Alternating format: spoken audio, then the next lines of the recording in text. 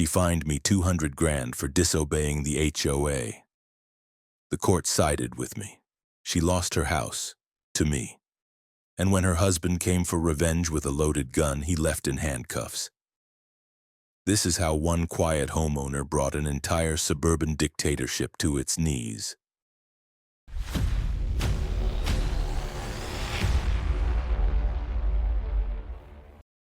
I never had much patience for drama. I'm the kind of guy who minds his own business, keeps his property clean, pays his taxes, and just wants to be left alone. My name's Matt Robinson, and I live on a piece of land my father bought in the 70s. About 1.5 acres of good soil, quiet trees, and a house I've rebuilt with my own hands. It's not flashy. It's got a few quirks. But it's mine, every inch. And for the past 12 years, that little patch of earth was my peace. Then came the ring of the doorbell. That was the first sign something was off. Nobody ever used my front door. I opened it to find a woman in a coral blazer, a smartphone in one hand, and the kind of smile that makes your spine itch. "Hi there," she chirped, already recording. "I'm Karen Blake, president of Willow Heights HOA. We're so excited to welcome you into our community." I blinked. "I'm not part of any community," I said, wiping my hands on my jeans. I'd been staining the fence, and the fumes had me mildly high and in no mood for surprises.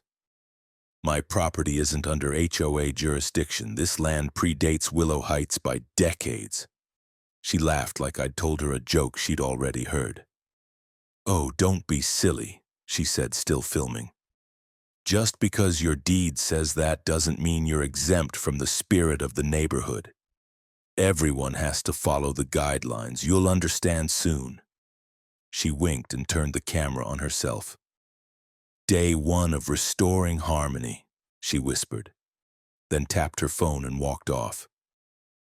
I stared after her for a good minute, trying to decide if I was still breathing paint fumes or if that had actually happened. Then I saw it. She'd slid a large envelope under my door, a formal notice from the Willow Heights Homeowners Association, listing several violations. Non-standard paint color on exterior wood, unauthorized agricultural elements, they meant my goats, and unsanctioned signage, a rusty old private property sign I'd hung by the gate since forever. At the bottom was a bill for $15,000. They called it a community correction fee. The letter warned that failure to respond would result in escalating penalties and potential legal action. I was halfway through rereading it when my phone buzzed with a text from an unknown number. It was a link. I tapped it. There she was, Karen, in a freshly posted TikTok video titled, "When one bad apple tries to rot the barrel, HOA justice fight for order."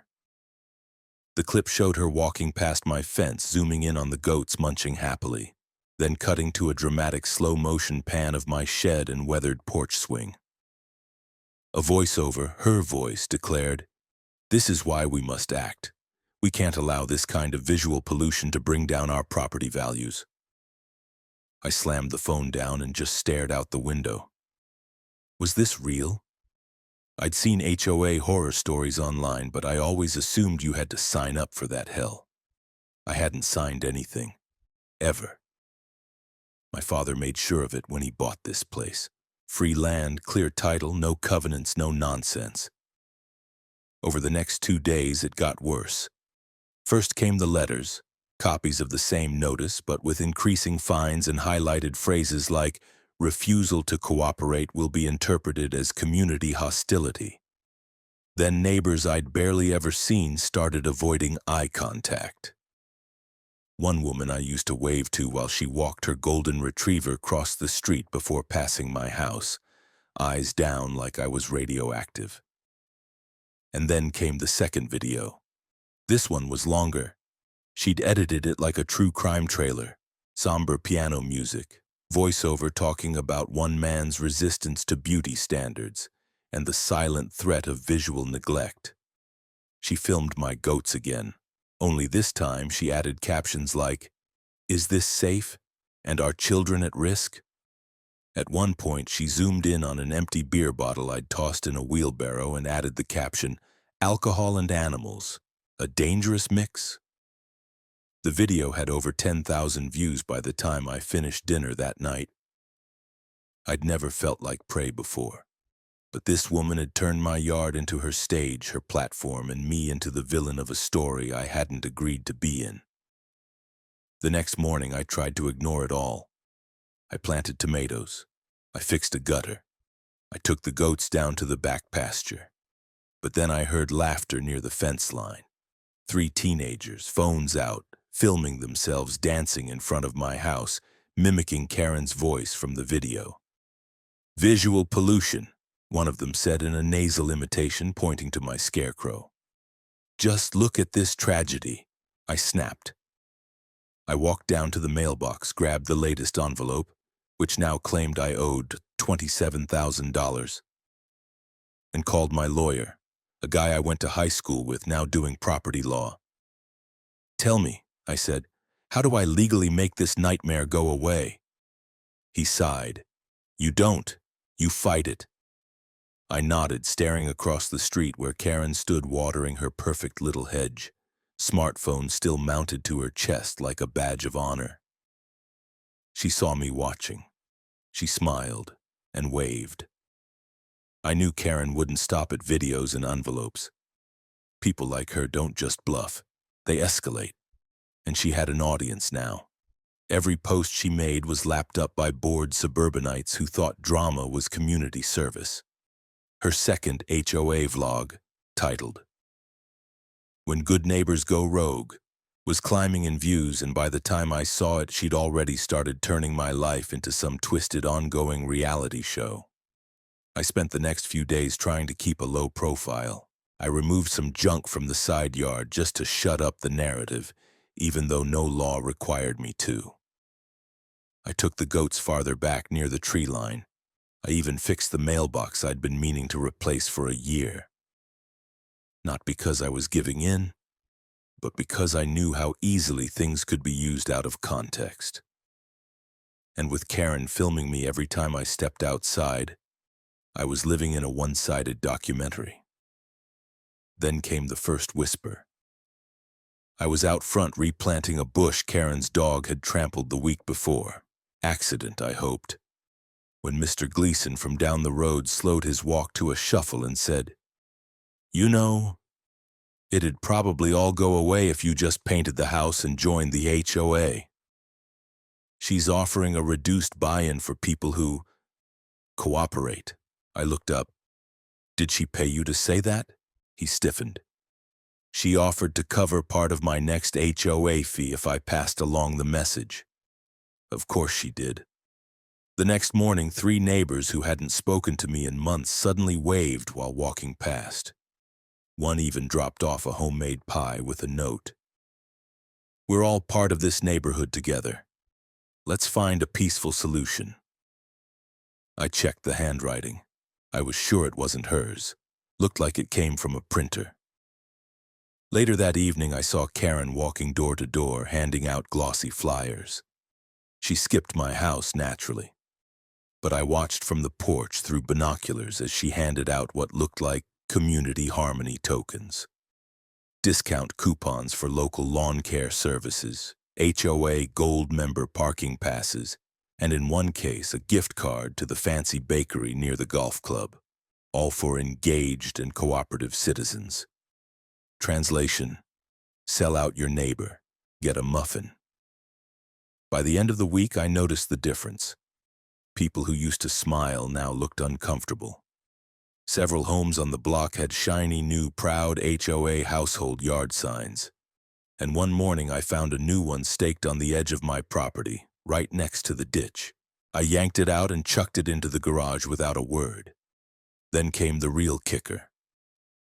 A young couple, Jake and Natalie, who had just moved into the house across the street a few months back, showed up on my doorstep.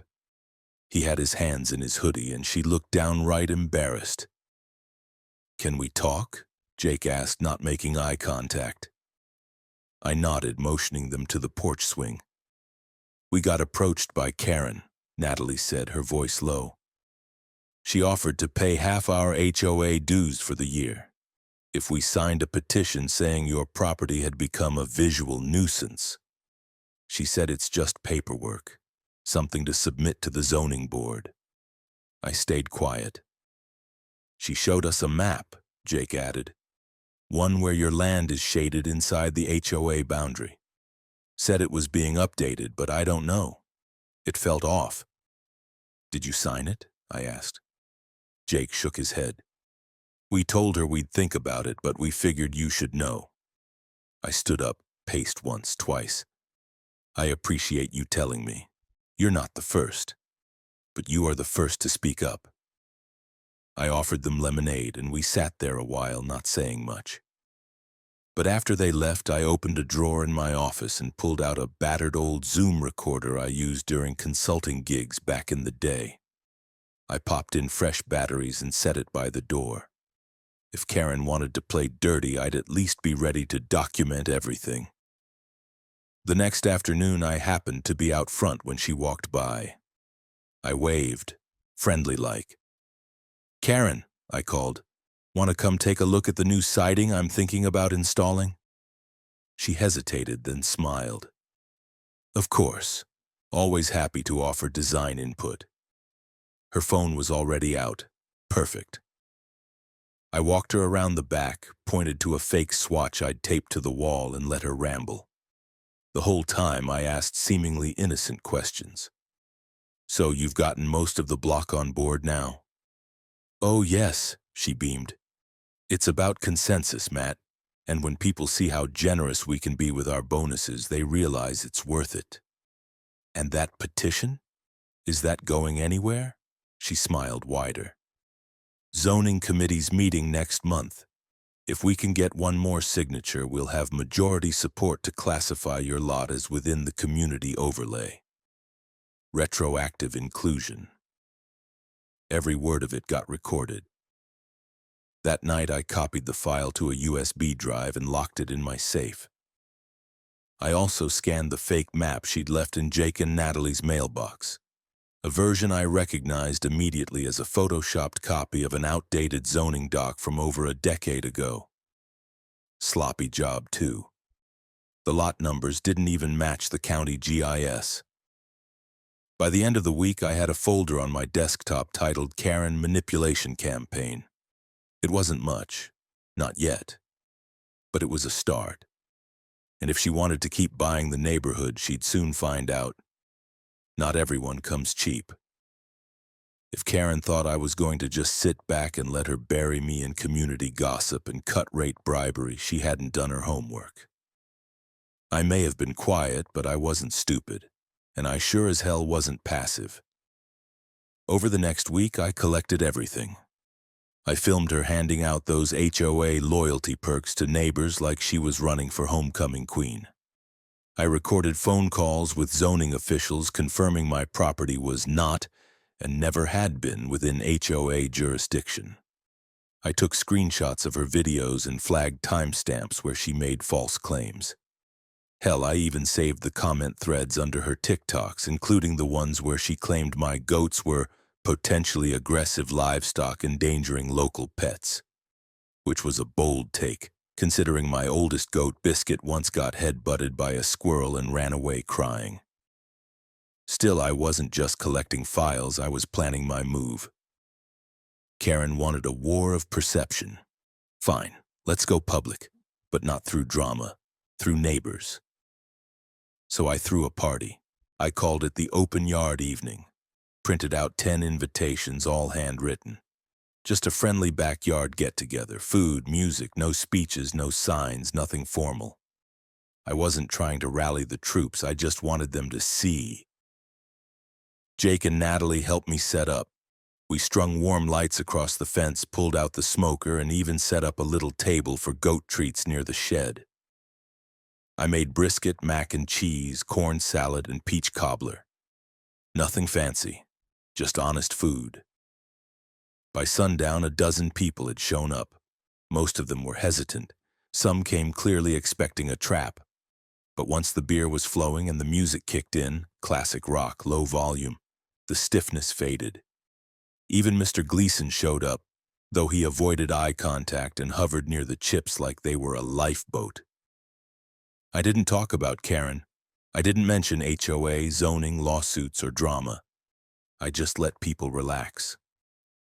And then, halfway through the evening, Natalie whispered, "You should show them."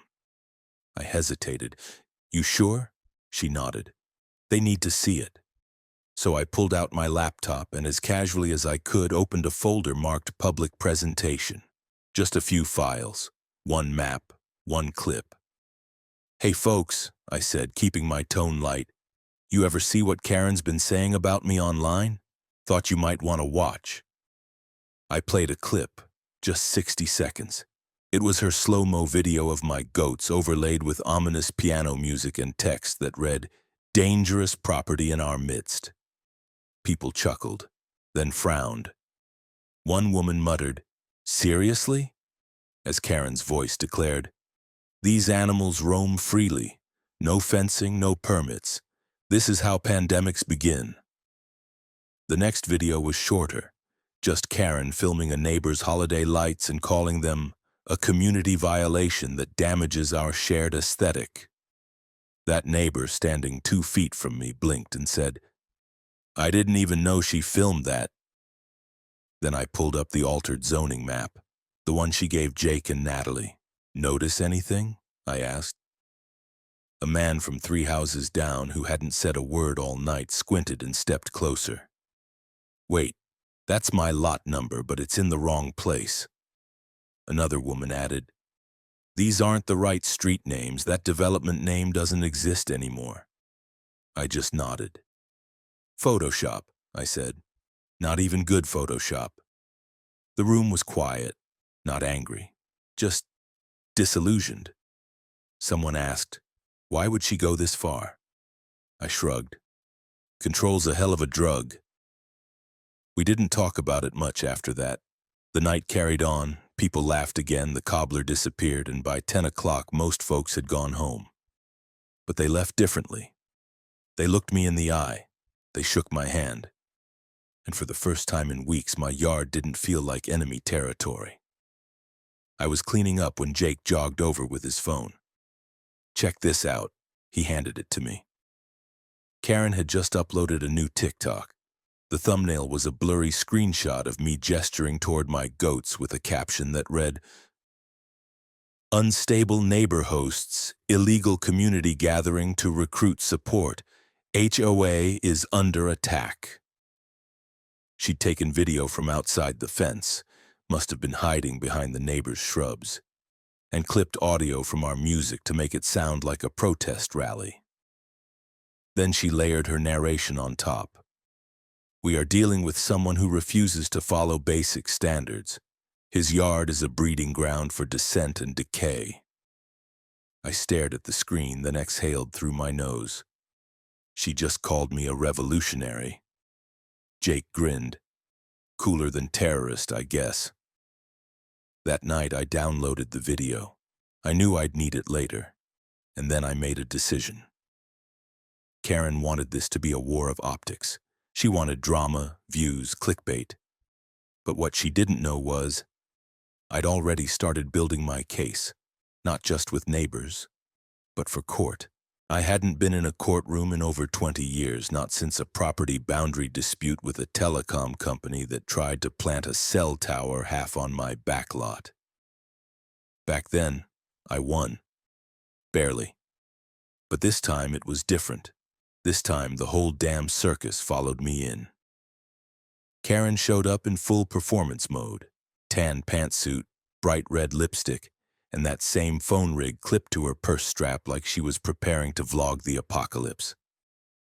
I'd seen celebrities with less dramatic entrances.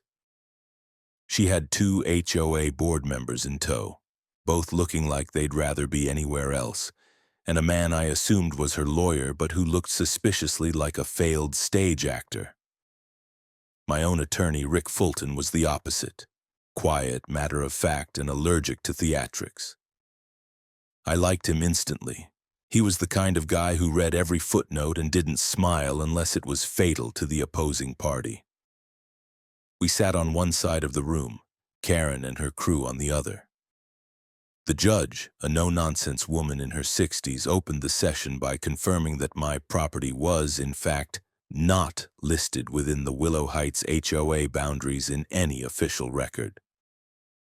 Karen's lawyer tried to interrupt, citing new zoning interpretations, but the judge cut him off. "Mr. Reynolds," she said, adjusting her glasses, "interpretation is not substitution. Do you have legal documentation showing inclusion?" He shuffled papers. "We have a proposed amendment." "Proposals are not enforceable," she snapped. "Continue." Karen looked like she'd bitten into a lemon. Her camera was off now. I don't think she'd expected to lose control this fast. Rick laid out our case with surgical precision. He presented timestamps, emails, screen captures, the manipulated map, and even played one of Karen's TikToks in court, volume on, for full effect. "My goats," I whispered to him as Biscuit appeared on the screen, chewing hay peacefully while dramatic piano music played behind her. "Trust me," Rick replied. "They're the best witnesses you've got." Then we brought in the zoning official from the county's land use office. Under oath, she confirmed that not only was my property outside of Willow Heights, but any attempt to retroactively include it would require a unanimous vote from all affected property owners, namely, me, which I had never given. The judge nodded, scribbled something down, and motioned to Karen. "This court invites a response." Karen stood, smoothing her blazer like she was about to deliver a TED Talk. "Your Honor," she said, "this man has disrupted the cohesion of our neighborhood. He refuses to comply with the standards we all agreed upon. His land is an eyesore. His animals are noisy and unsanitary. He holds unsanctioned gatherings." "Is there evidence," the judge interrupted, "that he has violated any municipal code?" Karen blinked. "Well, not municipal, but our bylaws. This court is not a forum for enforcing social contracts between neighbors," the judge said. "This is a legal venue." Karen's mouth opened, then shut. Rick handed the judge a printed packet. "Included in Exhibit F," he said, "is a forensic breakdown of a zoning map distributed by the HOA, including metadata that shows it was altered using Photoshop less than 2 weeks before submission. We've also attached the original file that matches public records, as well as 3 statements from neighbors confirming they were offered incentives to sign false petitions." The judge looked at Karen. "Is this true?" Her lawyer tried to object. She waved him down. "I didn't create those maps personally," she said, her voice rising. "They were compiled by our committee based on updated community goals." "Ma'am," the judge said flatly, "your community goals don't overwrite recorded law." What followed was an hour-long back and forth where Karen tried everything: emotional appeals, victimhood, even implying that I was weaponizing bureaucracy to destabilize the neighborhood. At one point, she nearly shouted that I was using the court to terrorize a peaceful community with goats and chaos. Rick simply raised an eyebrow and said, "He has 2 goats, Your Honor, both licensed as companion animals under the state's backyard livestock statute." We rested our case. 3 days later, the ruling came in. The court found that the HOA had acted in bad faith, distributed knowingly false information, attempted to coerce a non-member into compliance, and publicly defamed me through social media without due cause. They were ordered to cease all enforcement actions against me immediately, remove all online content mentioning me or my property, publicly retract all claims made through official HOA channels, pay me $180,000 in damages and an additional $20,000 in legal costs. Karen sat frozen when the verdict was read. Her lawyer looked like he was already rehearsing his exit strategy. The HOA board members whispered furiously behind her. One of them actually got up and left before the session ended. I didn't celebrate. I didn't even smile. I just nodded and thanked the judge. But inside, I felt like I'd just ripped the teeth out of a wolf. After the ruling, things got real quiet. Karen stopped uploading. The HOA newsletter didn't mention me once, not even in fine print. The proud HOA household signs started disappearing from lawns like they'd been recalled for defects. For the first time in months, I could drink my morning coffee on the porch without wondering who was filming me from a bush. But silence isn't peace. See, when a court orders someone to pay you $200,000, you don't get a giant novelty check in the mail the next day. Especially not from someone who spent her whole life acting like she owned every blade of grass within a 2-mile radius. No, what you get is paperwork, endless paperwork, and lawyers and delays and more paperwork. Karen tried to appeal. It failed. Then she tried to restructure HOA obligations, which was legal speak for stalling. That failed too. By midsummer, Rick, my lawyer, sat me down and said, "She doesn't have the liquid assets. She's going to have to sell something, probably the house." I leaned back in my chair and said, "What if I want to buy it?" He blinked. "You're joking." "Not at all." "Matt, you already have a home." "Yeah," I said, "but I don't have hers." It wasn't about revenge, not really. I didn't want to humiliate her. I just wanted her to feel the weight of all those rules she'd thrown at me. To know what it was like when someone else decides what color your front door should be. Rick made a few calls. Turns out her home was going up for sale quietly, off-market through a local contact. HOA was trying to save face, but money talks and I had just enough leverage to make a discreet offer through a shell LLC. 3 weeks later, my offer was accepted. I didn't tell anyone, not Jake, not Natalie, not even my goats. I kept watering my tomatoes, fixing my gutters, and playing dumb while a real estate deal unfolded behind the scenes. Then came closing day. It was a humid Wednesday afternoon. I walked into the title office wearing a flannel shirt and dusty boots. Karen was already seated at the far end of the room, hair pinned tight, sunglasses on indoors, and arms folded like she was bracing for an earthquake. Her real estate agent gave me a polite nod. Karen didn't look up until the moment I signed. She glanced across the table and saw the name on the buyer's line. Matt Robinson. Her jaw didn't drop. It locked. Like her entire face tried to hold back a scream through sheer muscular tension. For a second, I thought her skull might actually crack. "I'm sorry," she said slowly. "There must be some mistake." "Nope," the title officer replied, flipping to the next page. "Everything's in order." Karen turned to me, her voice low and deadly. "You planned this." "I did," I said calmly. "I paid for it too. Same way you planned those fines." She stared at me like I'd personally canceled Christmas. "What are you going to do with it?" she asked. "I haven't decided," I said. "Maybe rent it out. Maybe paint it orange. Maybe put up a sign that says HOA Free Zone." Her lawyer muttered something about bad faith acquisition, and the title agent shut that down fast. "All documents are signed, funds transferred. The property now legally belongs to Mr. Robinson." I stood, gathered my copy of the keys, and looked down at her one last time. "Don't worry," I said. "You can stay a few more days. I won't be unreasonable."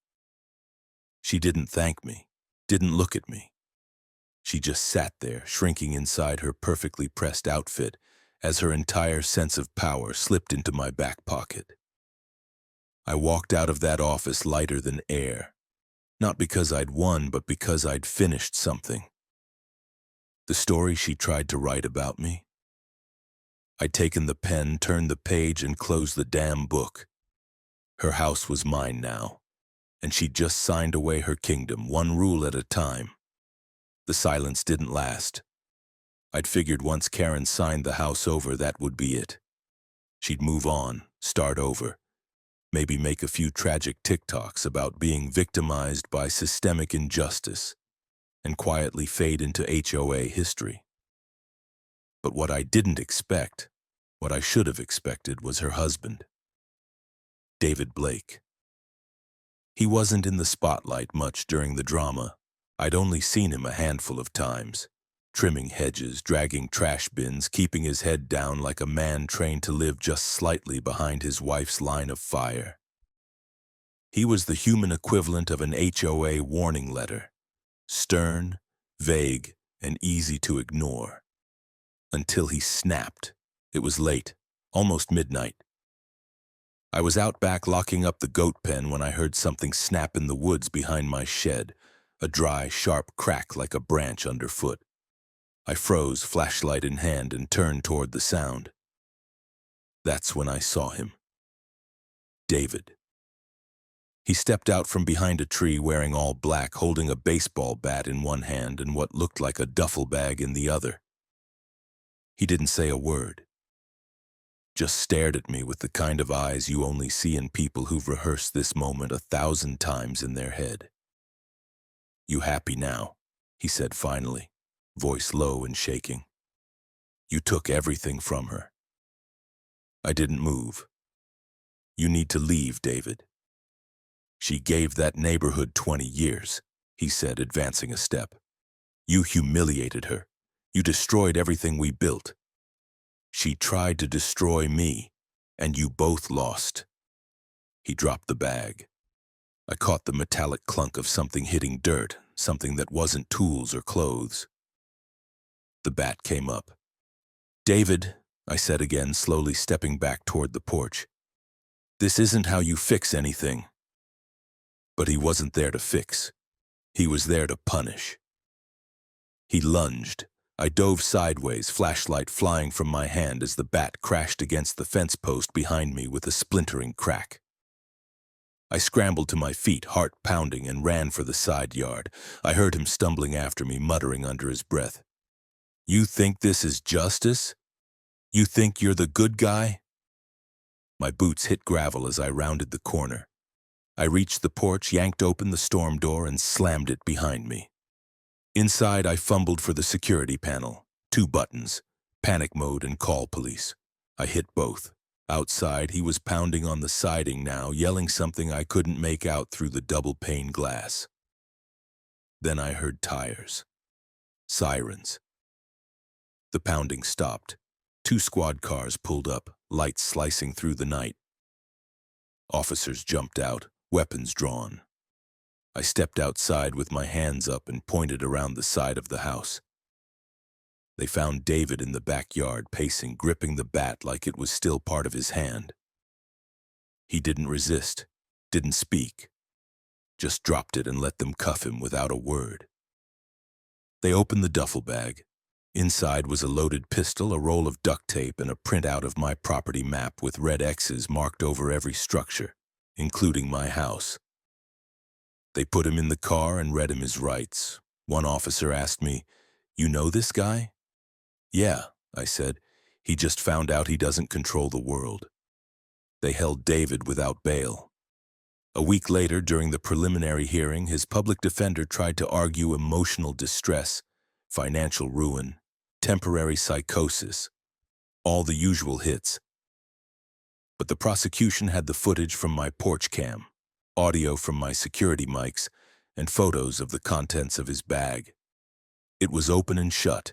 He was charged with attempted assault with a deadly weapon, criminal trespass, possession of an unlicensed firearm, and intent to commit a felony. Sentencing hearings next month, but his plea deal's already on the table. 4 years in state prison, no early release. Karen didn't show up to court, didn't send a statement. Rumor is she left the state, moved in with her sister in Arizona, and deleted all her social accounts. The final post on her TikTok was titled, "The Cost of Speaking Up, How I Was Silenced." It had 300 views before it was taken down for violating community guidelines. I watched it once, then deleted the file. Some stories aren't worth keeping. A year passed. Spring rolled in like it always did in this part of the state. Soft, green, and just humid enough to make you question your life choices by lunchtime. But this year felt different, lighter, quieter. I no longer checked my mailbox with dread. I no longer scanned the horizon for phone-wielding suburban spies. The HOA hadn't sent me a single letter in over 10 months, mostly because it no longer existed. After the scandal lawsuits and a mass exodus of board members, Willow Heights HOA was formally dissolved by vote. Turns out when you lose your queen, the castle caves in pretty fast. I still had both my properties. Mine and Karen's old house across the street, now painted a warm ochre with navy shutters. A tasteful middle finger to her old approved palette rules. I didn't live in it. I turned it into a short-term rental for traveling musicians and artists. The first guest was a folk singer with a service parrot who greeted me every morning with nice goats. That one stuck around for a few months. But the best part wasn't the silence. It was the people. The neighbors who had once looked away or looked through me now waved every morning. Jake and Natalie had a baby boy, and sometimes I watched him toddle across the yard with a juice box in one hand and a cracker in the other like he was leading a parade. Mr. Gleason started bringing over fresh peaches from his tree. Someone even built a free library box on the corner with a sign that read, "No HOA, no problem," which gave me an idea. I decided to throw a party, not a revenge barbecue, not a told-you-so bash, just a celebration. I called it Boundaries and Brisket, a community cookout. I printed flyers and taped them to mailboxes. Live music, no fines, good food, no HOA oversight. The RSVP was a wink. The day of the cookout, the whole block showed up.